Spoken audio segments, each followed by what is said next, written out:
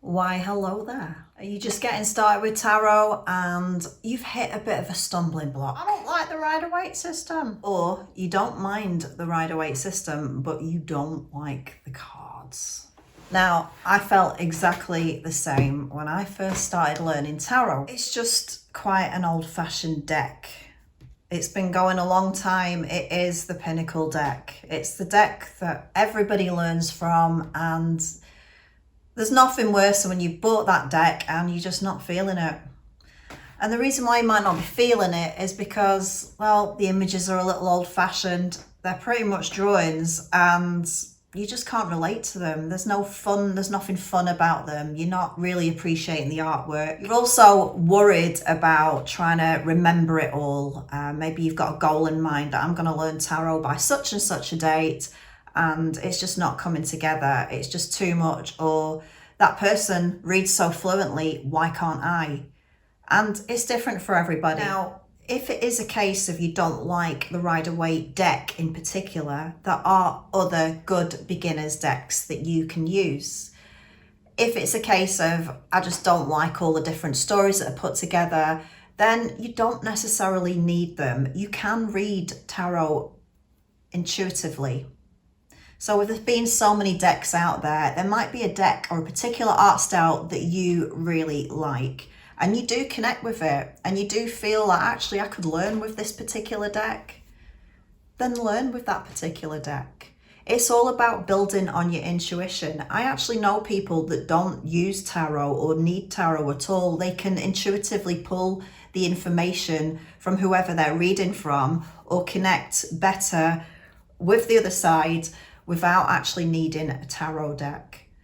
It could be that you prefer oracle cards and you just connect better with the images on there. So it's whatever actually comes to your mind when you're looking at those decks. It's all about tapping in and relaxing the brain. It's all about actually seeing what you see and then what comes through with that. The good thing about the Rider Waite system is that every single card in this deck has stories that go with it. It all builds on stories. It all builds on real life situations that are still very much prevalent today. So it's timeless. And again, you don't need to necessarily use the Rider Waite deck. Now I've got here the Radiant Rider Waite. It's a little bit battered because I've had it a while. The reason why I bought this is because when I first started learning tarot, I had the original Rider Waite deck and I gave it away because, to be quite honest with you, I found it a little dull, a little lackluster, and not really for me. And I was getting frustrated because I didn't feel I was learning fast enough and I could not connect with the deck. I found it a little boring, if I'm being honest. When I bought this Radiant Rider Waite, I found that the images, although very similar, in fact, pretty much the same, but at least they had a bit of colour in and they just made everything stand out that bit more. I did buy other decks. I've got quite a few there, and I found that with other decks, they can produce even more stories and things to focus on than the simple Rider Waite. If it's a case of you do like the Rider Waite system and you do want to learn the Rider Waite system, then something like the Witch's Tarot might actually be a good fit for you, because the images are very Rider Waite, but they're photographed, so to speak, or the artwork looks a little bit more, I don't know, there's more sharp edges on there. So it's a little bit, I don't know, it looks a little bit more true to life. Guidebooks come with this as well, so there's a lot of information on this very comprehensive guidebook about that Rider Waite system and what these cards actually mean. But I found when I got this particular deck, it was very much a game changer for me. Now, some people really like the Light Seers. It's very modern and it's very diverse. And this can be another reason why people don't necessarily like the Rider Waite system. It doesn't seem very diverse or modern in today's society. So it can kind of be a put off for people wanting to learn tarot. There is another deck here I've got called the Tarot of 78 Doors. It's a low Scarabeo deck and it's quite different. It has got the general Rider Waite meanings, but there's more going on in the actual cards.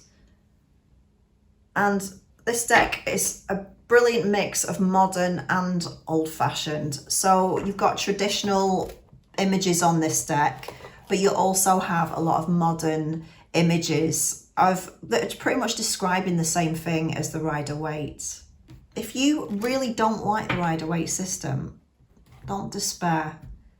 You might find that later down the line, when you've had a few decks or a deck that you really do appreciate and you can learn with that one, then the Rider Waite deck might make more sense, or you might find yourself wanting it later down the road. It's a really good system, and like I say, at first I really didn't like it either. I rebelled against it. I was like, I don't want to learn that. It's just, people just don't dress like that now. You know, all sorts of weird things like that went through my mind. But I did find myself connecting with it later down when I had a few more decks and I came back to it. That might work for you. Maybe just learning just to tap into intuition, which you can absolutely do with oracle cards. You can do it without cards. You can do it simple exercises to just tap in.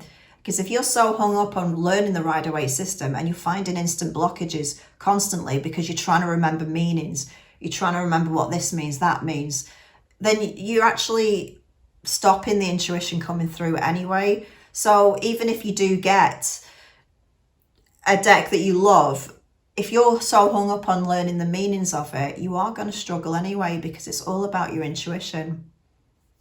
You may prefer messages type cards. You may prefer more diverse decks like this one.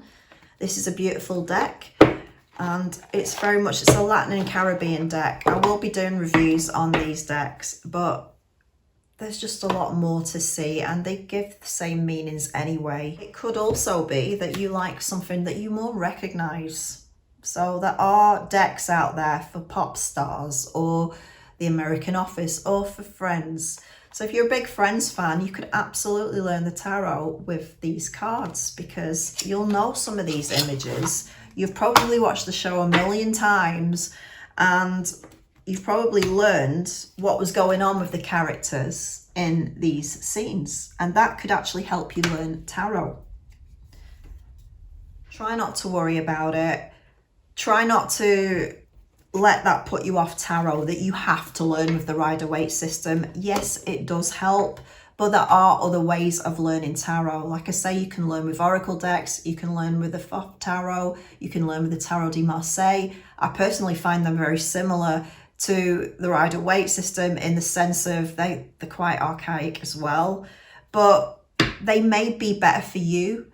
It all depends. It's very subjective, and it's completely your journey of learning tarot. So I hope this has helped, and I'll be doing more videos on the different decks and what's inside them. Hopefully you'll find something that you can connect with. Thank you for watching.